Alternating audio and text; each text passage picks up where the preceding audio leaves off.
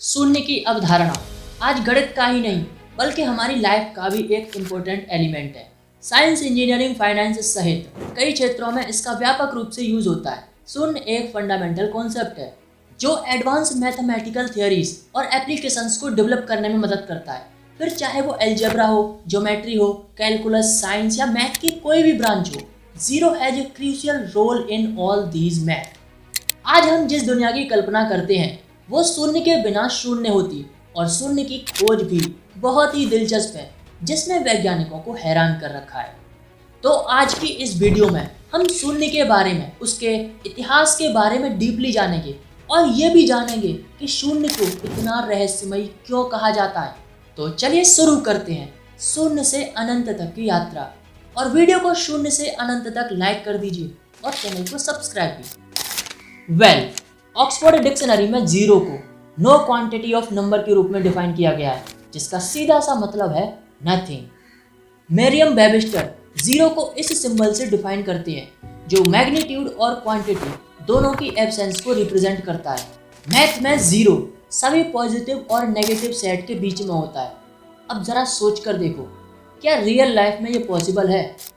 मतलब शून्य is nothing, तो नंबर्स जीरो से नीचे नेगेटिव में कैसे एग्जिस्ट कर सकती हैं? जब कुछ नहीं है, कोई मैग्नीट्यूड नहीं है, कोई क्वांटिटी नहीं है, तो जीरो से नीचे क्या हो सकता है? कुछ नहीं। अब जैसा कि हम जानते हैं कि 5 में से 5 निकालने पर हमें शून्य प्राप्त होगा, क्योंकि अब हमारे पास निकालने के लिए कुछ है ही नहीं। ये शून्य की वास्तविकता है। शून्य किसी भी वस्तु का प्रतिनिधित्व नहीं करता और शून्य एक पूर्ण संख्या है।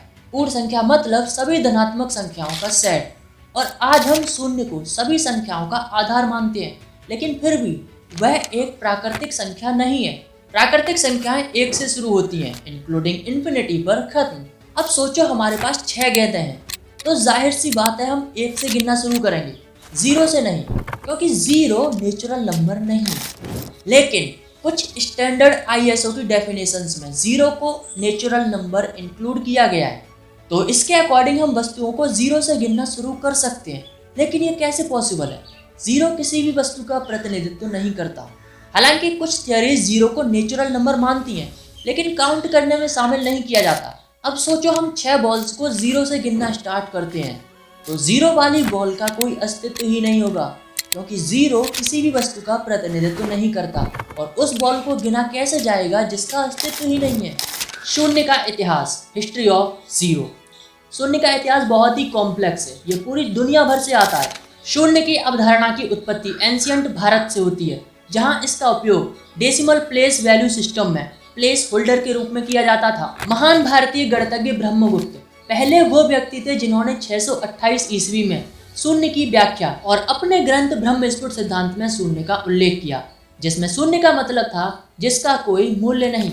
ब्रह्मगुप्त ने अलजेब्रा और एस्ट्रोनॉमी पर फोकस किया, जिसमें उन्होंने कई ऐसे मैथमेटिकली और एस्ट्रोनॉमी के कॉन्सेप्ट को इंट्रोड्यूस कराया जो आगे चलकर मॉडर्न मैथमेटिक्स की नींव रखते हैं। लेकिन आपको बता दूं, शून्य का उल्लेख ब्रह्मगुप्त से पहले भी मिलता है। महान खगोलविद गणितज्ञ आचार्य आर्यभट्ट, जिन्होंने शून्य की खोज की, पहली बार आर्यभट्ट ने नई प्रणाली को जन्म दिया जिसे अंक प्रणाली कहते हैं। उन्होंने अपने ग्रंथ आर्यभट्टीय में इसी अंक प्रणाली पर कार्य किया। उन्होंने अपने ग्रंथ आर्यभट्टीय के गणितपाद 2 में 1 से लेकर अरब तक की संख्याओं का उल्लेख किया। आर्यभट्ट दुनिया के पहले वो गणितज्ञ थे जिन्होंने शून्य को चिन्हित किया, सिंबलाइज्ड किया, दुनिया के सामने पहली बार शून्य को रखा। आर्यभट्ट ने शून्य का प्रयोग अपनी अंक प्रणाली में किया था, उसे सिंबलाइज्ड करके, लेकिन उसकी व्याख्या नहीं की थी। व्याख्या की थी ब्रह्मगुप्त ने। इसलिए आज अधिकतर श्रेय शून्य की खोज का ब्रह्मगुप्त को जाता है। आर्यभट्ट ने कहा था, स्थानात् स्थानम 10 गुणम स्यात्, यानी प्रत्येक अगली संख्या पिछली संख्या की 10 गुनी होती है। उनके ऐसा कहने से ये सिद्ध होता है कि शून्य का अस्तित्व आर्यभट्ट से पहले भी था, लेकिन कोई सिंबल नहीं था। इसका प्रमाण मिलता है 1500 BCE माया सिविलाइजेशन और बेबीलोनियन सिविलाइजेशन 2000 BCE में। वो अपनी अंक प्रणाली में एक समान प्लेस होल्डर का यूज करते थे। उस समय 0 तो नहीं था, लेकिन 0 को रिप्रेजेंट करने के लिए एक रिक्त स्थान छोड़ देते थे। अब आपको बता दूं, कि आर्यभट्ट को शून्य का आविष्कारक नहीं कहेंगे, एक शोधकर्ता कहेंगे, क्योंकि शून्य का अस्तित्व अनंत काल से है। शोध एक निरंतर चलने वाली प्रक्रिया है और आविष्कार नितांत नवीन, एक अभूतपूर्व रचना होती है जो पहले कभी नहीं हुई। जैसे हमारा यूनिवर्स एक अभूतपूर्व रचना है, वैसे अगर देखा जाए तो अभूतपूर्व कुछ नहीं होता, सब कुछ रिपीट होता रहता है। हमारा यूनिवर्स भी, हमारे वेदों में हमारे यूनिवर्स की अनंत संभावनाएं हैं जन्म लेने की और उसके शून्य में विलीन होने की। हम उस चीज को आविष्कार मान लेते हैं जो हमारे सामने पहली बार प्रकट होती है, जबकि वो पहले से ही अनंत काल से अस्तित्व में थी। बस उसे रिप्रेजेंट करने के लिए कुछ सिंबल्स दिए, कुछ नाम दे दिए, हम उसे ही आविष्कार मान लेते हैं। लेकिन वो एक शोध होती है, एक खोज होती है, ना कि आविष्कार। कई सभ्यताएं जन्म लेती हैं और अंत हो जाता है, सूर्य उदय होता है और अस्त होता है। इसका मतलब यह नहीं कि सूर्य का आविष्कार कर दिया। शून्य के अस्तित्व के बिना स्थापत्य कला और विज्ञान दर्शन की कल्पना करना भी असंभव है। शून्य के अस्तित्व का सबसे बड़ा प्रमाण हमारे वैदिक ग्रंथों में मिलता है। आपने सुना होगा कि रावण के 10 शीश और 100 कौरवों को कैसे काउंट किया होगा जब आर्यभट्ट ने ही शून्य की खोज की। इसका उत्तर आपको वीडियो के आगे मिलेगा। ऑक्सफोर्ड यूनिवर्सिटी में बोडेलियन लाइब्रेरी में रखी बक्साली पांडुलिपि की कार्बन डेटिंग की गई, जिसमें शून्य के समय का पता चला।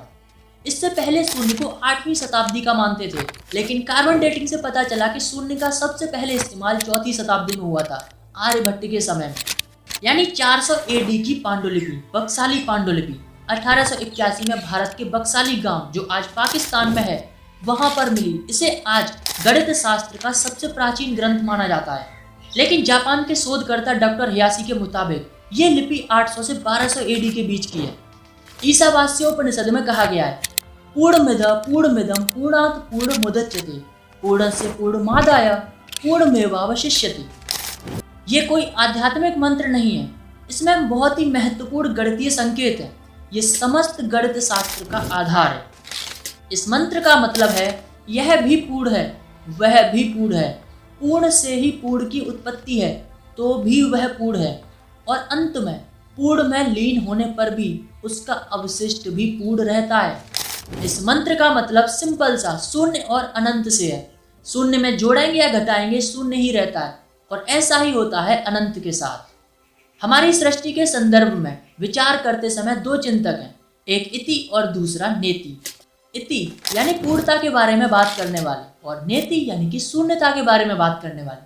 शून्य वास्तव में शून्य का पूर्ण रूप है, जिसमें सब कुछ विकसित होता है। अगर हम शून्य की अवधारणा को पूर्णता से समझ लें तो ब्रह्मांड के पदार्थ, जीवन को समझना और सर्वशक्तिमान को खोजना संभव हो सकता है। शून्य एक ऐसी संख्या है जो स्वयं में कुछ नहीं, खाली है, लेकिन फिर भी पूर्ण है।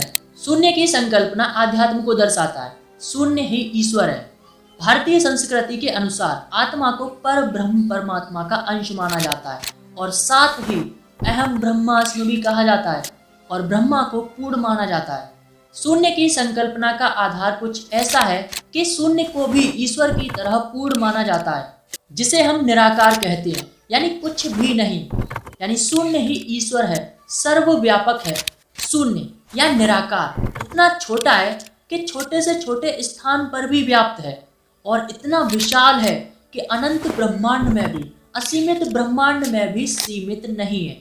जहां तक दृष्टि जाती है आकाश ही आकाश दिखाई देता है, जिसे हम अनंत या शून्य कहते हैं।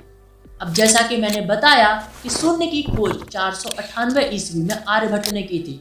अब इसका मतलब ये नहीं कि शून्य का अस्तित्व उनसे पहले था ही नहीं, क्योंकि आर्यभट्ट के समय से हजारों साल पहले रावण के 10 शीश बिना शून्य के कैसे गिने गए, बिना शून्य के 100 कौरवों को कैसे गिन लिया गया। आखिर शून्य के बिना 10 और 100 की गणना कैसे संभव है?